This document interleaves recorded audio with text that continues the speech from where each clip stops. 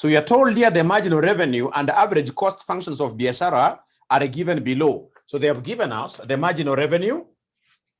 Marginal revenue equals 40Q minus 3Q squared. Minus 3Q squared. And then they have given us AC. Of course, AC stands for average cost. Average cost is 2Q minus 10 plus 25 over Q. Plus 25 over Q. So what do they want us to give them at the end of the day, ladies and gentlemen? They want us, number one, to give them the profit function.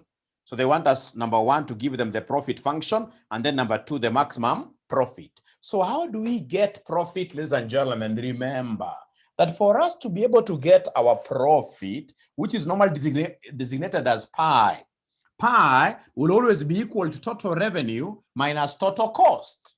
Total revenue minus total cost. So I want us to get the total revenue. So from where are we going to get this total revenue? Ladies and gentlemen, we are going to get total revenue from the marginal revenue. They have given us the marginal revenue. Remember, ladies and gentlemen, whenever you are given total revenue and the examiner wants you to get marginal revenue, if you are given total revenue and then somebody wants you to get marginal revenue, this way we shall be differentiating. This way, always do what here? Differentiate. So when you want to get the marginal is for one, the incremental, the minute, the fiber revenue. So when you want to get this fiber revenue from the total revenue, what do? We differentiate the total revenue function. i.e., very important, that our marginal revenue will be equal to change in revenue all over change in what here? All over change in X. To get marginal revenue, ladies and gentlemen, we normally differentiate the revenue function.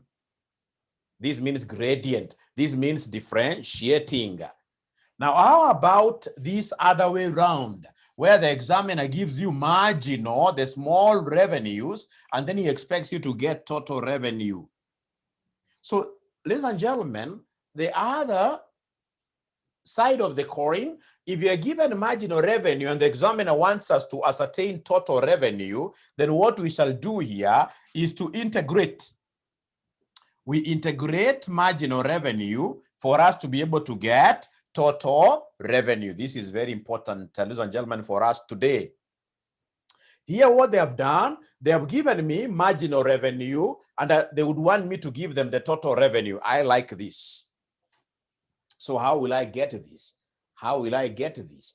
Ladies and gentlemen, listen very carefully.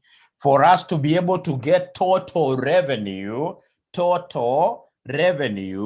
out of whatever that we have here, what we'll need to do is to come and integrate the marginal revenue. This is an elongated S. Elongated S, which is a symbol of integration. Elongated S for sum.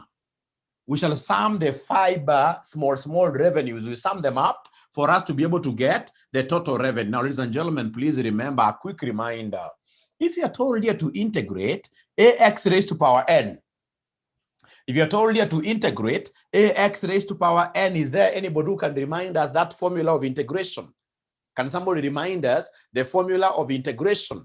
Remember, this is the symbol of integration. Somebody tells you to integrate ax raised to n. Ladies and gentlemen, integrating ax raised to n, this one is quite an easy thing. What I'll do, I'll come and increase the power by 1.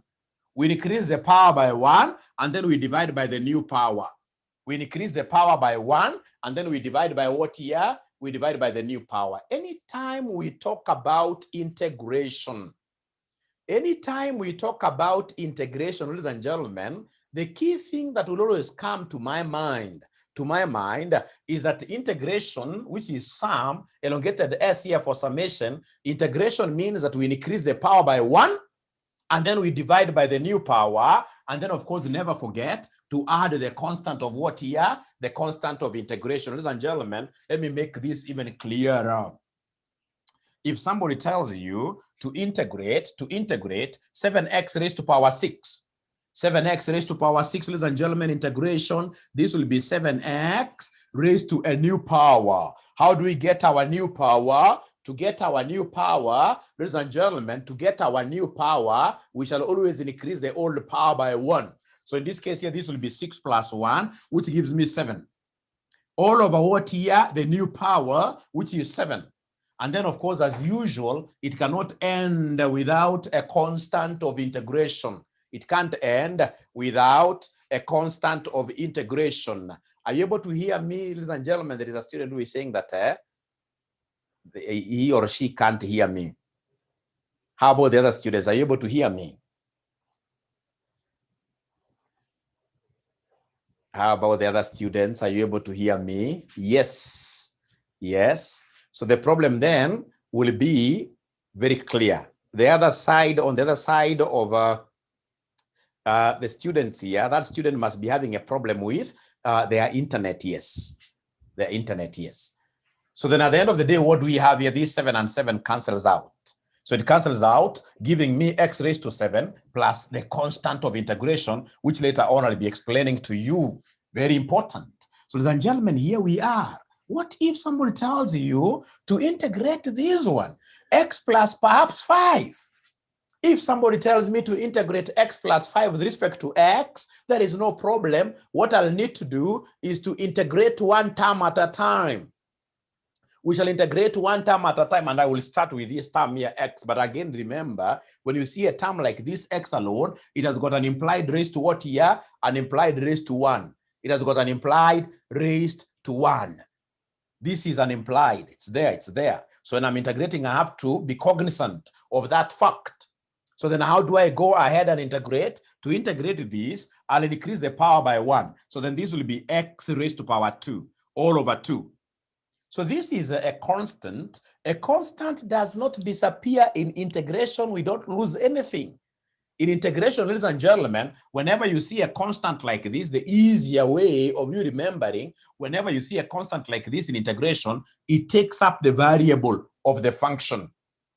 After integrating it, we expect it to take up the variable of what here, somebody, the variable of the function here. And I've got so many ways of explaining this. We've got so many ways of explaining this. Ladies and gentlemen, remember whenever you see this kind of a number, this kind of a number has got x to power 0 there. Whenever you see this kind of a number, it must be having x, which is silent, which is raised to power what here? Power 0. Because any number that is raised to power 0, or any letter that is raised to power 0, any letter or number raised to power 0 will always be equal to 1. So then this is the same as saying 5 times 1. So I'm trying to explain why we are adding this. Now listen, if then this is the true representation of this particular term, then how do I integrate this? To integrate, it's all about increasing the old power by 1, and then we divide by the new power. We divide by the new power. So then at the end of the day, we'll end up having 5x raised to power 1 divided by 1, which will end up giving me what here? 5x. And then, ladies and gentlemen, please never forget what I always see students forgetting.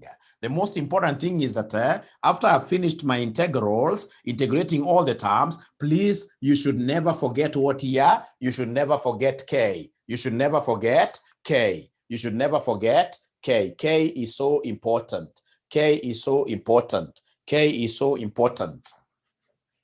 K is so important. So ladies and gentlemen, now here we are. I would want again to reiterate something very important here, because of course most of us have just come to this meeting right now. So we are a little bit late, but it's important for us to understand here that if you are given marginal means minute. Marginal means incremental per unit, small.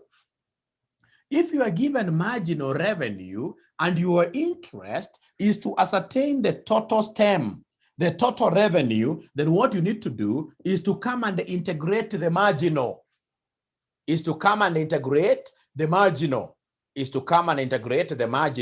Revenue. Marginal revenue. So we want to integrate this marginal revenue here. So integrate the marginal revenue, which is 40q minus 3q squared. So could you kindly go ahead and integrate this for us? So how do we get to integrate? Integration is a simple thing. Ladies and gentlemen, integration like now this one, I know that there is that implied 1. So when it comes to integrating this, then this will be 40 q raised to power, a new power, which now will be 2. So 40q squared all over the new power, which is what here? Which is 2. All over the new power, that is 2. Minus, ladies and gentlemen, I would want us to integrate these terms separately. We integrate these terms separately. It's very easy. I can say 3q squared. So to integrate, it's increasing the power. It's power by 1. So then it will be 3q raised to power 3. Because initially it was 2. Now after integration, we expect its power to increase by 1. And then at the end of the day, we must divide by what here? The new power. And then don't forget our constant, the constant of integration there, which is our k. Don't forget our constant of integration, which is our k. Don't forget the constant of integration, which is what here? Which is our k. Now, ladies and gentlemen, please go ahead there and simplify these. Go ahead and simplify these for us. It means that our total revenue,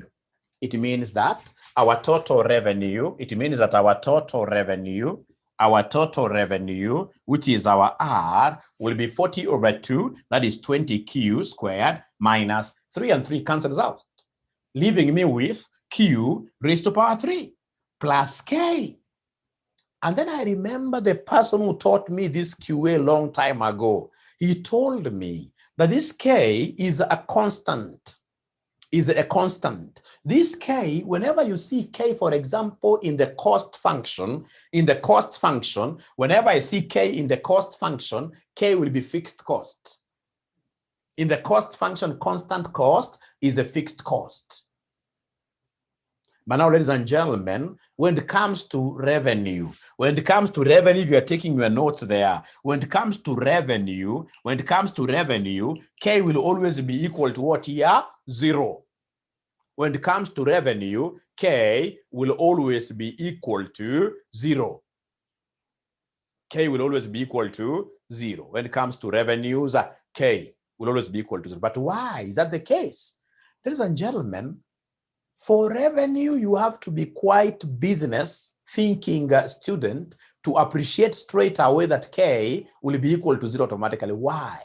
Because if you tell us, for example, that k is 10, what does that mean if k is to be 10? If k is to be 10, it means that if you sell 0, if you sell nothing, that you're going to have a revenue of 10. Ladies and gentlemen, that is not possible. For revenue, if your quantity sold is 0, your revenue will be 0, not unless you are a thief. It is only thieves who sell nothing, but they receive money. Corruption. Ladies and gentlemen, I would want to emphasize this, that for revenue, k will always be equal to what here? K will always be equal to 0. And therefore, our total revenue will be 20q squared minus q cubed, like that. 20q squared minus q cubed. Can somebody now kindly confirm to us whether we are following, or is there anybody who has any question, kind of a question that you would want to ask? I would want a confirmation from you. Up to there, are we together? Are we together? Up to there, are we together? You know, we are not here to waste your time. No. I would want us to. Yes, thank you very much. Nancy is saying she's following. Yeah. Thank you very much. Great. Now I can continue. So, ladies and gentlemen, don't forget what this examiner wanted us to ascertain. In the first requirement, the examiner wanted us to ascertain the profit function. The examiner wanted us to ascertain the profit function. So what I've done, I know the formula of profit. I know that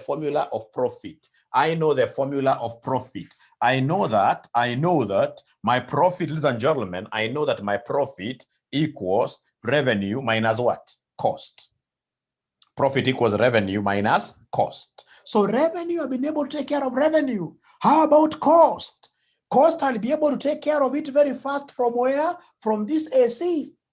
Because AC stands for average cost, and the one again who taught me in those old days over 20 years ago told me average cost is the same as cost per unit. Average cost. Don't integrate average cost. No. Average cost is the same as cost for each unit.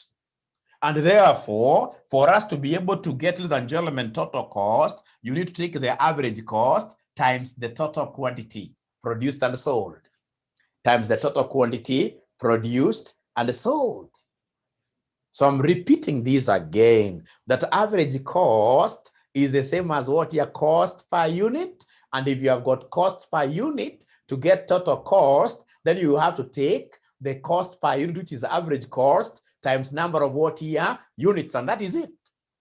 So in short, what we are saying is that you will take the average cost that you have here. You'll take the average cost that you have here, which is 2Q minus 10 plus 25 over Q. You multiply this by the quantity outside there, which is not known for now. Yes. So please go ahead and open your brackets nicely. When I'm opening my brackets, this Q will have to multiply each one of these terms inside. So then this will be minus 2Q. This will be minus 2Q squared, because this and this. Minus 10Q. Yes. And then lastly, plus what here? Because this and this will cancel out, giving me plus 25. Yes. So already now, I've been able to get what here? My total cost. Please don't forget what they wanted us to do. What they wanted us to do was to derive the profit function. So profit is revenue minus cost. And fortunately, we happen to be having our revenue. Our revenue here is 20Q squared minus Q cubed minus our cost, which has to be put in brackets. Remember, we would want to subtract all the cost items, all the cost terms from where? From the revenue. So I want to put the cost terms in brackets. They want to be subtracted.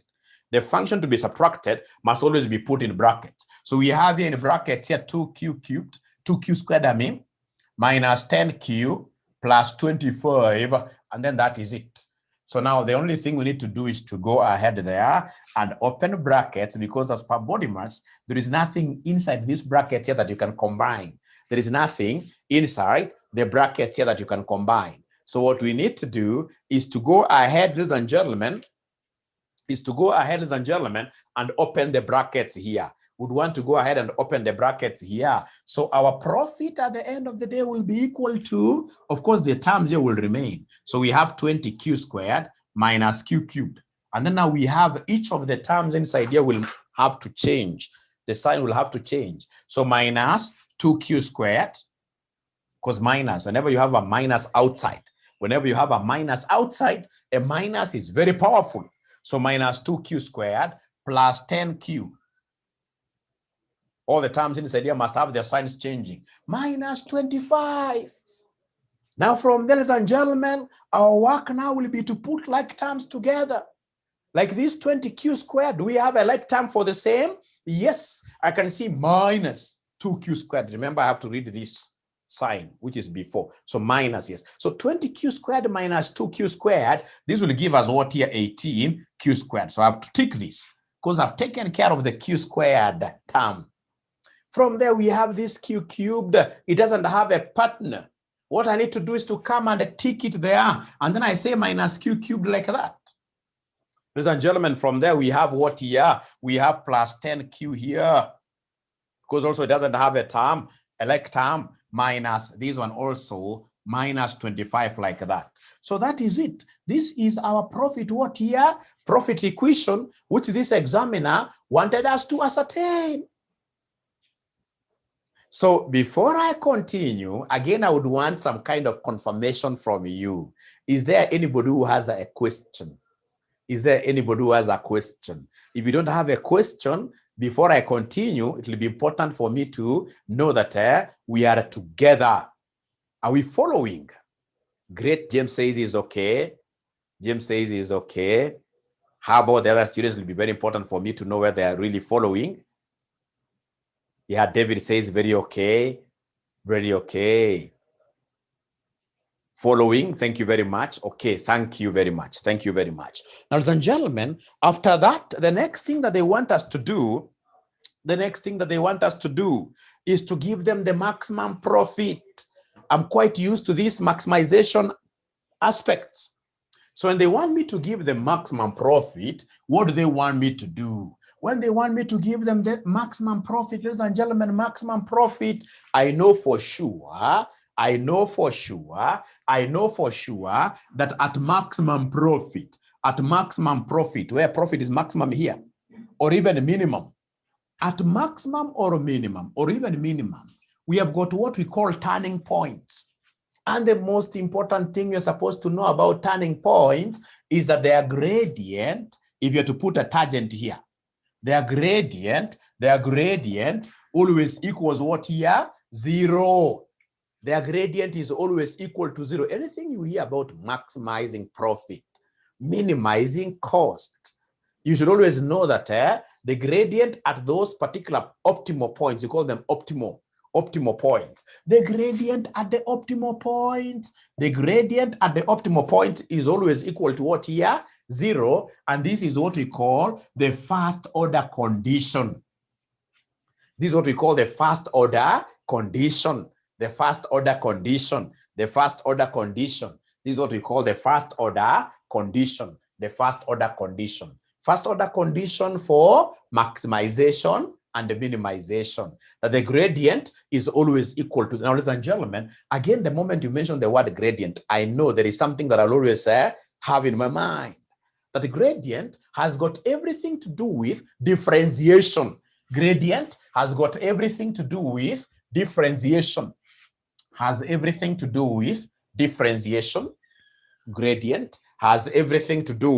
differentiation. And if I could just take you some few miles back, I know you guys are very good at this, but if you could just give me 2 minutes, I take you back to some memory lane here.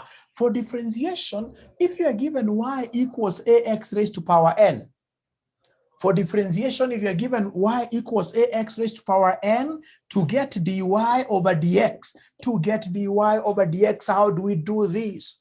Remember, to get dy over dx, the power has to fall down. The power must do what here? The power must fall down. Remember the concepts of differentiation. Ladies and gentlemen, we are saying that differentiation, the power must fall down. So this power is falling down. So then we'll talk of now x raised to a new power, which will be n minus who? N minus 1. X raised to a new power, which will be n minus what here? N minus 1. So this is the rule of differentiation. If you give me a term like this, y equals x raised to power 5, and you ask me to give you dy over dx, which of course is a terminology for differentiate, then I'll be able to differentiate for you very easily, because the power must come down. 2 things. The power comes down, of course there is 1 there, so it will be 5x raised to a new power. For differentiation power, we expect you take the old power minus 1. So 5 minus 1, that gives us what here? That gives us 4. 5 minus 1, that gives us 4, like that. So, ladies and gentlemen, before I come back to this, if, for example, you are to give me something like y equals 10x raised to power 6 plus 30x plus 50, and then you tell me to differentiate this, how will I be able to differentiate this? It doesn't matter how many terms this thing has. Ladies and gentlemen, at the end of the day, I will differentiate one term at a time. So then what do we have here at the end of the day? The 6 comes down times 10. That gives us 60. X raised to a new power, which will be a reduced power. 60x raised to power 5. Now, ladies and gentlemen, come and differentiate this. Of course, I know there is a 1 up there. When I bring it down, 1 times 30, it makes 30. So it will be 30 x raised to a new power, which will be what there? 0. x raised to a new power, which will be 0, because, ladies and gentlemen, remember the rule of differentiation, the concept of NR. That this 6 comes down, knocks on the 10, gives us 60x raised to a reduced power. The same case here, the 1 comes down, meets the 30, so 30x raised to a new power. New power. Ladies and gentlemen, this is a constant. Remember, for integration, you weren't losing anything. But for differentiation, ladies and gentlemen, differentiation, all constants in this case here do what? They disappear. For differentiation, all constants do what? They disappear. So this 50 does not have x. It's a constant. It disappears. Then at the end of the day, then we'll say that we have here 60x raised to power 5 plus 30. Because, of course, any number raised to 0, any letter raised to 0, x raised to 0 gives me 1. So that leaves me with 30 like that. Great. Now, using that concept, could you kindly go ahead and differentiate this for me? Why are we differentiating the profit equation? It's because they spoke about as maximizing profit. As maximizing profit. To maximize profit, let's first of all get the gradient of the profit. So in this case here, come and apply what we call the first order condition. So my first order condition, it will be d profit over dq. D profit over dq. D profit over dq. So d profit over dq, let's differentiate these terms together. So I would want us to differentiate this. To differentiate is quite a simple thing. What I need to do is to pull down the power. 2, 18, 36. So 36q raised to a new power. The new power here will be 2 minus 1, which leaves me the 1. It's not wrong, but it's not proper for you to come and tell us raised to power 1. No, no, no. We leave it like that, 36q. Plus, I can see here, minus 3. So 3 comes in front. So 3q raised to a new power there, which will be the reduced power, which will be what here, 2. Plus, of course, this ultimately will end up giving me 10. Will end up giving me 10, 10, 10. Minus 25, of course, 25 is a constant that disappears. So this one here equals what here, somebody? Equals 0, like that. And there we are. And there we are. So, ladies and gentlemen, once we reach there, this first order condition, don't forget that the first order condition, the gradient, must be equated to 0. Why? Simply because on top there, where things are maximum, on top there where things are maximum, we expect the gradient always to be equal to 0. And it is at this particular juncture that we must come and provide a solution. We must come and provide a solution at this juncture. How do we provide the solution? By observation, we realize that this is a quadratic function. And if it's a quadratic function, remember how quadratic functions look like. They look like this. This is aq squared plus bq. If aq squared plus bq plus c equals 0, then q will be equal to minus b. Plus or minus the square root of b squared minus 4ac. Everything to be divided by what here? 2a. Everything to be divided by 2a. Very important. Everything to be divided by 2a. Everything to be divided by 2a. Everything to be divided by 2a. So, ladies and gentlemen, then, having acknowledged this quadratic equation, quadratic because of the highest power here, which is squared. If the highest power, for example, was 3, we would have spoken about cubic. This is 2. It's quadratic. So then the thing that I need to do is to come and define A, B, and C. So A is the term, or rather the number that comes before Q squared. So before Q squared, what do we have? Which number do we have here? So A is minus 3. A is minus 3. And then we have B. B is a number that comes before a Q. B is a number that comes before a Q. When I look at this entire function, the one that comes before Q is this, 36. So B is 36. And then we have C. C is the constant term, the constant which doesn't have a now Q or X or whatever. So C is 10 like that. So ladies and gentlemen, the moment you hit there, the next thing you need to do for us is to come and now substitute. So please go ahead and plug in the figures, plug them in. So like now we are saying minus b. So this will be minus 36 plus or minus square root of 36 square. I'm plugging in. So b instead of b, I plug in 36. So 36 squared. 36 squared minus 4 times a, which is minus 3, times c. C, which is what here? 10. All over 2 times a here, which is minus 3. Now, I would want you great students of mine to do me a favor. Please, using your calculators, say 36 squared minus 4 times minus 3 times 10. Whatever you get, you take away the square root. You get the square root of that particular number. 36 squared minus 4 times minus 3 times 10 equals. And then whatever you get, you say square root. You give me an answer. I'm so sure you guys have your calculators there. I'm so sure you guys have your calculators there.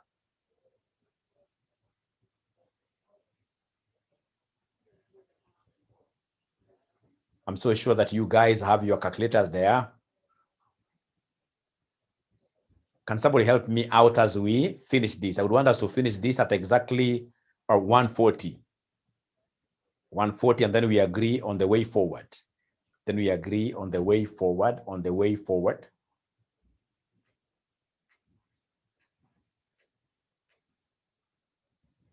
Okay, so please, if you have a calculator, could you kindly give me this figure? 36 squared minus 4 times minus 3 times 10.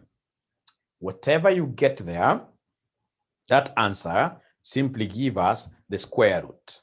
Simply give us the square root.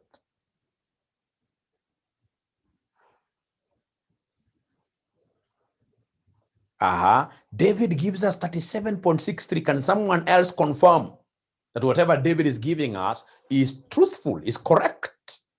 I would want to hear it from someone else, just for purposes of confirmation.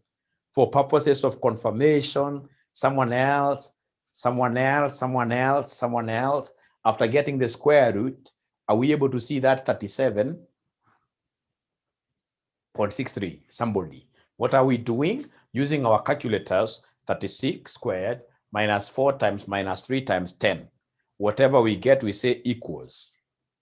And then square root. Correct. Thank you very much, Nancy. Correct. So then if that is the case, then we don't have really much. That marks automatically the end of our class. If we don't have really here a problem with that figure, then our Q will be equal to minus 36 plus or minus the one that is inside here is 37.63. All over 2 times minus 3 is minus 6. If that is correct, if that is truthful, what I'll need to do is to come and give them Q1 and the Q2. So come and provide here Q1, and then we have Q2. Remember, why are we providing Q1 and Q2? It's because of this plus and minus, which are at the same position, plus and minus. So Q1 will be, when we consider the plus sign alone, which will be minus 36 plus 37.63 over minus 6. And then, of course, Q2 will be when we consider the negative, which will be minus 36 minus 37.63 all over minus 6, like that. So I want you to be very good to me. Could you kindly get the numerator? The numerator. Whatever you get in the numerator here, you divide by minus 6. Give me an answer, the first Q. Give me an answer, the first Q. What do we have there? Give me an answer, the first Q. Be quite low on this.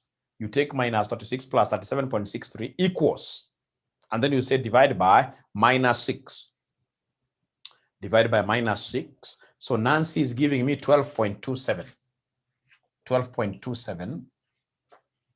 And I would want to really get another person also confirming the same. Can another person confirm this for us?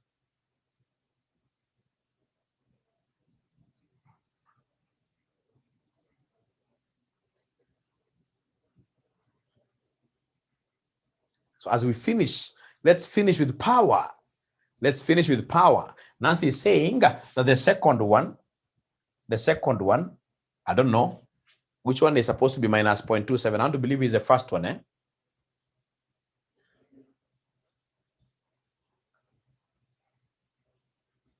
Please give us the answers. Give us the answers, and then I tell you something nice before we finish. So perhaps Nancy is making that correction, minus 0.27, and I would expect somebody. Yes, so the first one is minus 0.27. How about the second one? How about the second one? So the first one is minus 0.27. And then now the second one. And then, ladies and gentlemen, please remember that an examiner nowadays has allowed us to make use of a calculator. If you have got good calculators like the FX570MS, FX570MS, you don't even have to remember this formula of quadratic. Nothing. You don't need to remember that. You only need that calculator of FX570, and then I show you how it works out. So please give me the second figure here. Time is not on our side. We want to grab something before we go back to our workplaces. 12.27. Thank you very much.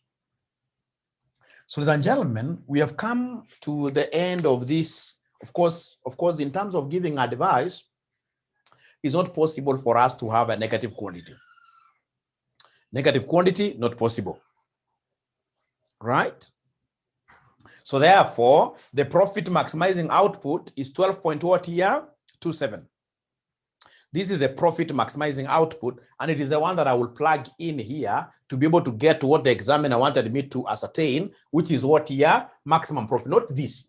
Remember the profit equation. Remember somewhere we had the profit.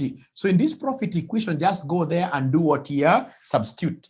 You just go there and then you substitute. Ladies and gentlemen, my name is Dr. Joshua Aura. I teach this QA at RCM. We teach this QA at RCM College. And most importantly is our online offerings. Trust you, ladies and gentlemen, with this kind of a class like we have had today, there is no good reason as to why a student should even think about attending anybody's what here? Physical classes. No good reason. No good reason. Because like now you can imagine like this class that I've just done, it's recorded here. So I'll be able to pull it down very fast here, upload it on our website, and then I send it to you right away. So you'll have a situation where you'll be able to look at this particular video more than once. So I urge you to really look at all our online offerings that we have. Like you can opt to go for just the videos alone. You can opt to go for Zoom alone. You can opt to go for videos plus what here plus Zoom. All these are at affordable cost, 2,000, 2,500, very much affordable. And of course, should you also want, for example, to get our revision access to our revision kits, yes, we also sell them, or rather, you can talk of videos plus Zoom plus books, but the person who will be able to give you this information very fast is a lady called Caro. And the Caro tampata wapi kwa hii number 0719 525,000. 0719 525,000. Otherwise, it has been a pleasure hosting you today. I look forward to having another session again free of charge with you, perhaps tomorrow or even today in the evening. I'll be able to. Yes. So I can see what David is asking there, whether we could have